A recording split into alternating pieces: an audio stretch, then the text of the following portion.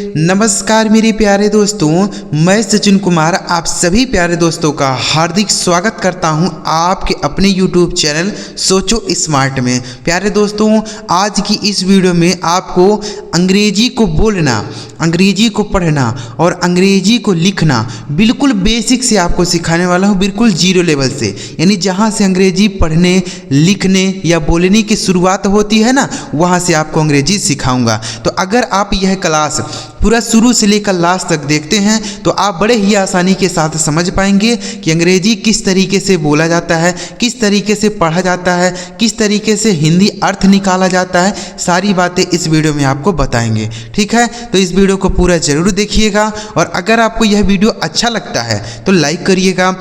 इस चैनल पर पहली बार आए हैं, सब्सक्राइब नहीं किए हैं तो चैनल को भी सब्सक्राइब करके बेल आइकन को भी दबा लीजिएगा, ठीक है दोस्तों। देखिए, तो सबसे पहला शब्द पहले देखिए, यहाँ लिखा है अंग्रेजी बोलने और पढ़ने के लिए सबसे बेस्ट तरीका। दोस्तों ध्यान से बस आपको इस वीडियो को देखते जाना है, बिल्कुल स्किप नहीं करना है, ठीक है।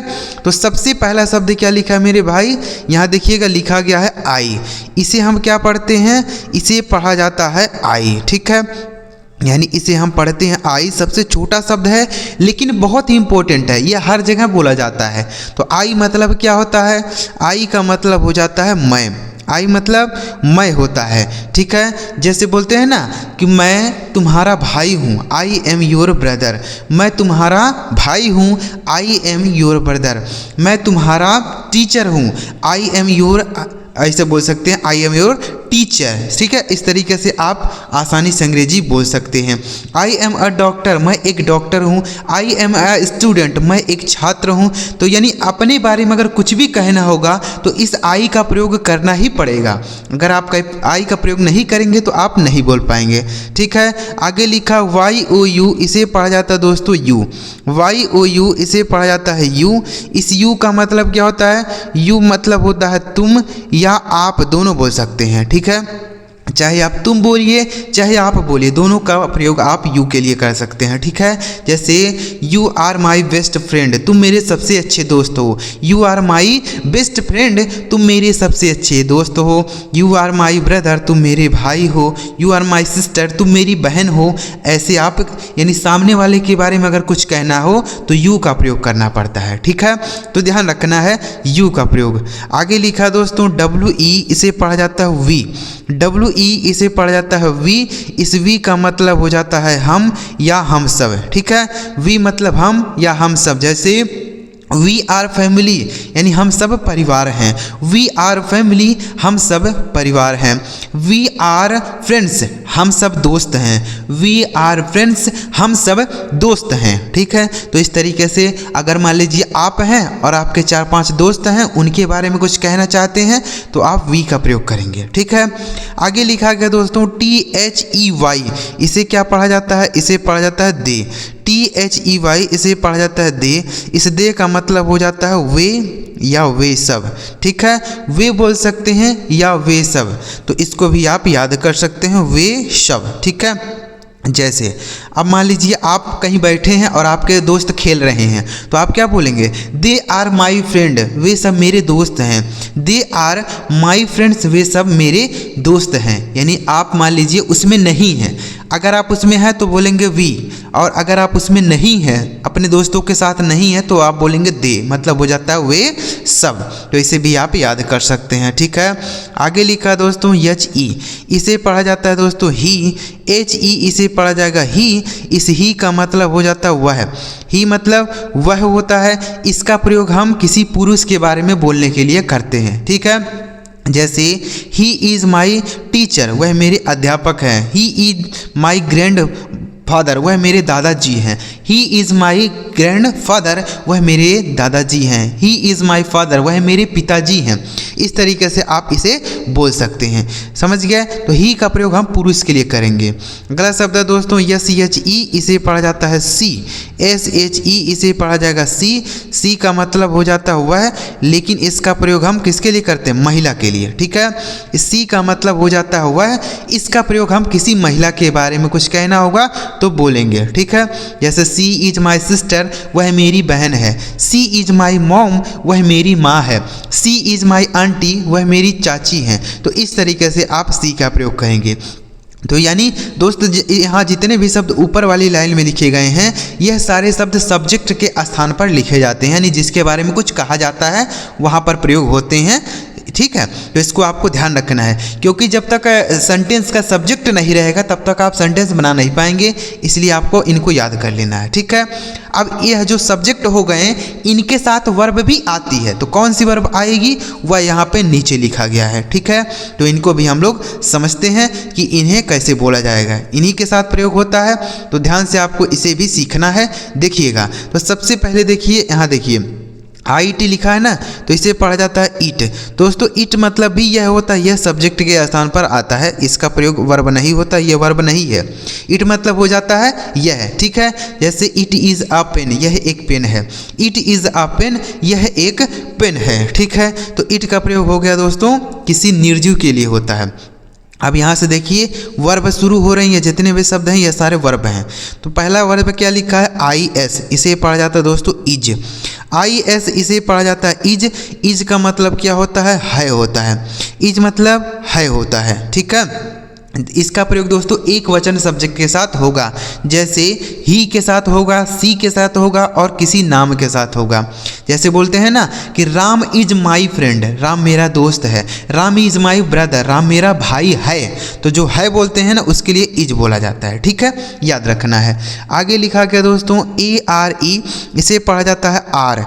ARE इसे पढ़ा जाता है आर। इस आर का मतलब हो जाता है हैं, आर मतलब हैं होता है। देखिए इज का प्रयोग एक वचन सब्जेक्ट के साथ और इस आर का प्रयोग हम बहुवचन सब्जेक्ट के साथ करते हैं, ठीक है। तो यानी आर मतलब हो जाएगा हैं। जैसे बच्चे खेल रहे हैं, द चिल्ड्रेन आर प्लेइंग। बच्चे खेल रहे हैं, the children are playing. Are का प्रयोग हम यू के साथ कर सकते हैं, वी के साथ कर सकते हैं, दे के साथ कर सकते हैं, ठीक है, इनके साथ करेंगे। आगे देखिए अगला शब्द क्या है AM, इसे पढ़ा जाता है दोस्तों एम। एम मतलब हो जाता है हूँ। एम मतलब हूँ होता है। इस एम का प्रयोग दोस्तों केवल और केवल आई के साथ ही होता है। किसके साथ? आई, बाकी किसी भी सब्जेक्ट के साथ नहीं आता है, ठीक है। जैसे हम बोलते हैं ना I am a doctor, I am a student, I am a boy, I am a girl, इस तरीके से। तो एम का प्रयोग केवल आई के साथ होगा, ठीक है। तो यह जितनी भी वर्ब होती हैं दोस्तों, यह एक वचन सब्जेक्ट के साथ, बहुवचन सब्जेक्ट के साथ ऐसे ही प्रयोग होती हैं, ठीक है। अगला शब्द देखिए क्या है WAS, इसे क्या पढ़ते हैं दोस्तों? वाज। WAS इसे पढ़ा जाता है वाज। इस वाज का मतलब हो जाता है था। वाज मतलब था हो जाएगा, ठीक है। जैसे आई वाज आ टीचर, मैं एक अध्यापक था। आई वाज आ स्टूडेंट, मैं एक छात्र था। आई वाज अ प्यून, मैं एक चपरासी था, ऐसे बोलेंगे, ठीक है। तो वाज मतलब हो जाता है था। आगे लिखा है WERE, इसे पढ़ा जाता है दोस्तों वर। WERE इसे पढ़ा जाएगा वर। इस वर का मतलब हो जाएगा थे। बहुवचन के साथ होगा, एक वचन के साथ वाज, बहुवचन के साथ वर्ब का प्रयोग होगा, ठीक है। जैसे दे वर प्लेइंग, वे सब खेल रहे थे। दे वर प्लेइंग, वे सब खेल रहे थे। तो इस तरीके से आप इन वर्ब को याद कर सकते हैं। समझ आ रहा कि नहीं आ रहा दोस्तों? बहुत ही इंपॉर्टेंट क्लास है। हम आपको सब्जेक्ट सिखाएंगे, फिर उनके साथ कौन कौन सी वर्ब प्रयोग होती है वह भी आपको सिखा रहे हैं, ठीक है। आगे देखिए लिखा HAS, इसे पढ़ा जाता है दोस्तों हैज। HAS इसे पढ़ा जाता है हैज। हैज का मतलब हो जाता है पास है। हैज मतलब पास है। जैसे बोल सकते हैं कि I has a car, sorry I का प्रयोग देखिए, हैज का प्रयोग एक वचन सब्जेक्ट के साथ होगा। जैसे उसके पास एक कार है, ही हैज आ कार। उसके पास एक घर है, ही हैज आ हाउस। उसके पास एक गाड़ी है, ही हैज आ बाइक, ठीक है। तो हैज का प्रयोग हम एक वचन के साथ करेंगे। आगे लिखा HAVE, इसे पढ़ा जाएगा है। देखिए इस हैज, हैव और हैड, इन तीनों का प्रयोग होता है जब हम कोई चीज़ हमारे पास हो उसको बताने के लिए इनका प्रयोग करते हैं, ठीक है। जैसे मेरे पास एक बड़ा घर है, I have a big house, ठीक है। I have a big house, मेरे पास एक बड़ा घर है, ठीक है। तो इस तरीके से आप इसका प्रयोग कर सकते हैं। हैव और हैज और हैड का प्रयोग करेंगे। ठीक है, हैव का प्रयोग बहुवचन सब्जेक्ट के साथ होगा और हैज का प्रयोग एक वचन सब्जेक्ट के साथ किया जाएगा, ध्यान रखना है। ठीक है, आगे लिखा HAD, इसे पढ़ा जाता है दोस्तों हैड। HAD इसे पढ़ा जाएगा हैड। इस हैड का मतलब पास था, पास था। ठीक है, पास था बोलेंगे। और इस हैज और हैव का प्रयोग मतलब पास है। ठीक है, जैसे मेरे पास एक साइकिल थी, आई हैड आ साइकिल। मेरे पास एक गाड़ी थी, आई हैड आ बाइक। मेरे पास एक पुराना घर था, I had a old house. ठीक है, इस तरीके से। आगे लिखा दोस्तों WILL, इसे पढ़ा जाएगा विल। WILL इसे पढ़ा जाएगा विल। इस विल का मतलब हो जाएगा गा गी गे। ठीक है, जैसे आई विल गो देयर, मैं वहाँ जाऊँगा। आई विल सिट हेयर, मैं यहाँ बैठूँगा। आई विल ईट, मैं खाऊँगा। ऐसे तो जो गा गी गे बोला जाता है ना फ्यूचर में, उसको हम विल का प्रयोग करके बोलते हैं। आगे लिखा SHALL, इसे पढ़ा जाता है दोस्तों सैल। SHALL इसे पढ़ा जाता है सैल। इस सैल का मतलब भी वही होता है गा या गी होता है। ठीक है, गा होता है, गी होता है, गे होता है, तीनों होता है। ठीक है, तो इसे भी हम बोल सकते हैं जैसे वी शैल गो देयर, हम सब वहाँ जाएंगे। वी शैल गो देयर, हम सब वहाँ जाएंगे। ठीक है, अगला शब्द देखिए TOO, इसे पढ़ा जाता है दोस्तों टू। TOO इसे पढ़ा जाएगा टू। इस टू का मतलब हो जाता है भी होता है या ज़्यादा भी होता है, भी होता है या ज़्यादा। ठीक है, जैसे इट इज़ टू मच, यह बहुत ज़्यादा है। इट इज़ टू मच, यह बहुत ज़्यादा है। ठीक है, आगे क्या लिखा है CAN, इसे पढ़ा जाएगा दोस्तों कैन। CAN इसे पढ़ा जाएगा कैन। इस कैन का मतलब हो जाता है सकना। कैन मतलब सकना होता है। ठीक है, जैसे कैन आई ईट दिस, क्या मैं इसे खा सकता हूँ। कैन आई गो देयर, क्या मैं वहाँ जा सकता हूँ। कैन आई प्ले हियर, क्या मैं यहाँ खेल सकता हूँ। तो जो सकता हूँ बोलते हैं ना, उसके लिए कैन बोला जाता है। समझ गए। आगे देखिए COULD, इसे पढ़ा जाता है दोस्तों कुड। इसे कुल्ड नहीं पढ़ा जाएगा, यहाँ जो यल है ना यह साइलेंट है, इसे नहीं पढ़ा जाता। इसे पढ़ेंगे कुड, मतलब हो जाएगा सका। कुड मतलब सका। जैसे आई कुडंट गो देयर, मैं वहाँ नहीं जा सका। I could not go there, मैं वहाँ नहीं जा सका। ठीक है, आगे लिखा है MAY, इसे पढ़ा जाएगा दोस्तों मे।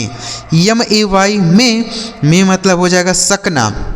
मे का मतलब सकना हो गया। देखिए कैन का मतलब भी सकना होता है, मे का मतलब भी सकना होता है, लेकिन दोनों में अंतर है। इस कैन का प्रयोग होता है क्षमता बताने के लिए कि मैं यह कर सकता हूँ, जैसे आई कैन डू दिस, मैं इसे कर सकता हूँ।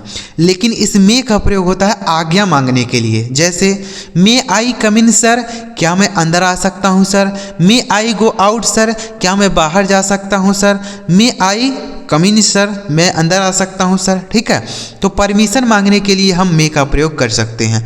आगे लिखा MIGHT, इसे पढ़ा जाता है दोस्तों माइट। MIGHT इसे पढ़ेंगे माइट। इस माइट का मतलब हो गया सका। ठीक है, माइट, जैसे I might not go there. ठीक है, मैं वहाँ नहीं जा सका, इस तरीके से। तो इस मे का प्रयोग है, मे का ही पास्ट फॉर्म माइट होता है, कैन का he could form, sorry past form जो है कुड होता है। ठीक है, यानी पास्ट में अगर बोलना होगा तो कुड बोलेंगे और प्रेजेंट में बोलना होगा तो कैन बोलेंगे। ठीक है, आगे देखिए अगला शब्द क्या है दोस्तों SHOULD, इसे क्या पढ़ा जाता है शुड। SHOULD, देखिए यहाँ शुल्ड नहीं पढ़ेंगे, शुड मतलब क्या हो जाता है चाहिए। शुड मतलब चाहिए होता है, जैसे यू शुड टेक रेस्ट, तुम्हें आराम करना चाहिए। यू शुड टेक रेस्ट, तुम्हें आराम करना चाहिए। ठीक है, आगे देखिए समझ आ रहा है कि नहीं आ रहा दोस्तों। यह जितने शब्द हैं यह बहुत ही इंपॉर्टेंट है, इन्हें आपको ध्यान से सीख लेना होगा। अगर आप इसे नहीं सीखे रहेंगे, नहीं समझे रहेंगे तो आप अंग्रेजी नहीं बोल पाएंगे, क्योंकि कोई भी व्यक्ति अंग्रेजी बोलता है तो इन शब्दों का प्रयोग वह सबसे पहले करता है। तो अगर आप भी इसे सीख लेते हैं तो आप बड़े आसानी से इन शब्दों की सहायता से अंग्रेजी बोल सकते हैं। आगे लिखा MUST, इसे पढ़ा जाएगा दोस्तों मस्ट। MUST इसे पढ़ा जाएगा मस्ट। इस मस्ट का मतलब हो जाएगा चाहिए।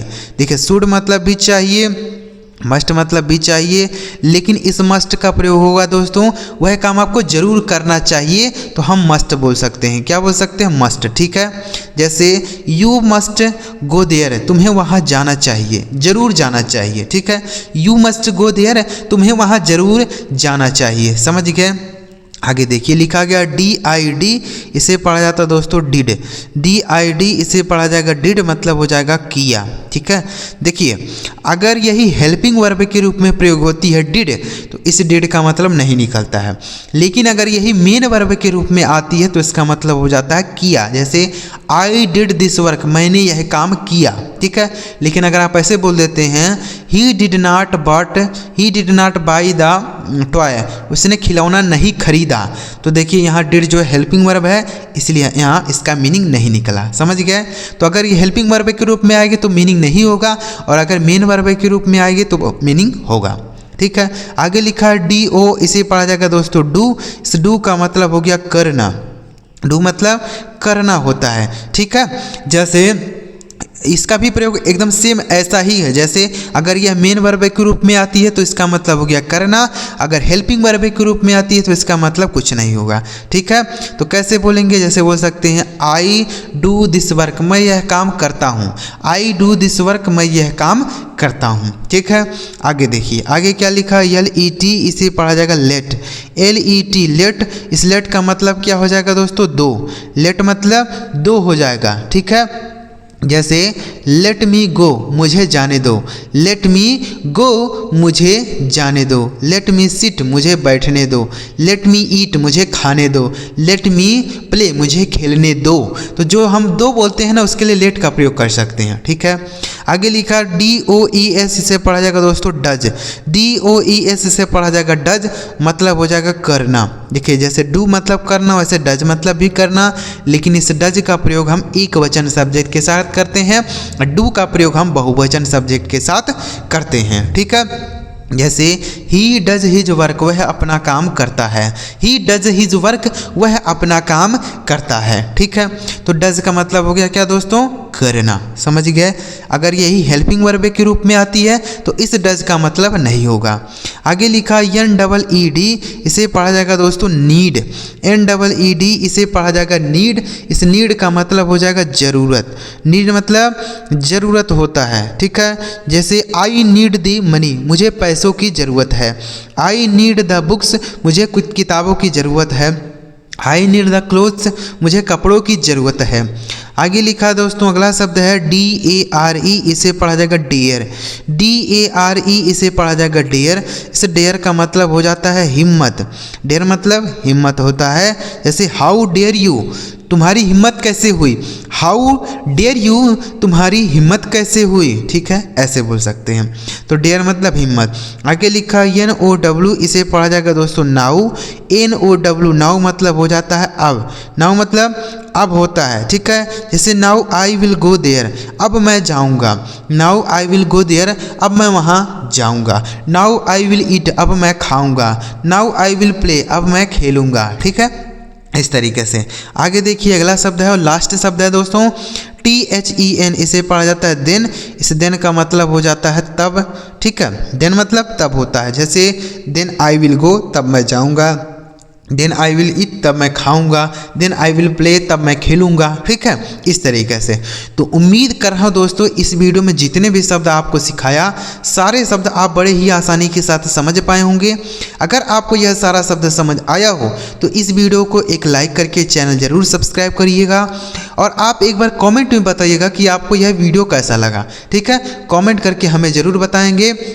और ऐसी ही अगर आप शब्दों की वीडियोज चाहते हैं, ज़बरदस्त तरीके से अंग्रेजी बोलना पढ़ना लिखना सीखना चाहते हैं, तो इस चैनल को ज़रूर सब्सक्राइब करिएगा। सब्सक्राइब किए रहेंगे तभी आपको हमारी वीडियो मिल पाएगी। अगर आप सब्सक्राइब नहीं किए रहेंगे तो आपको हमारी वीडियो नहीं मिलेगी और आप अंग्रेजी नहीं सीख पाएंगे। ठीक है, तो इसलिए सब्सक्राइब ज़रूर कर लीजिएगा।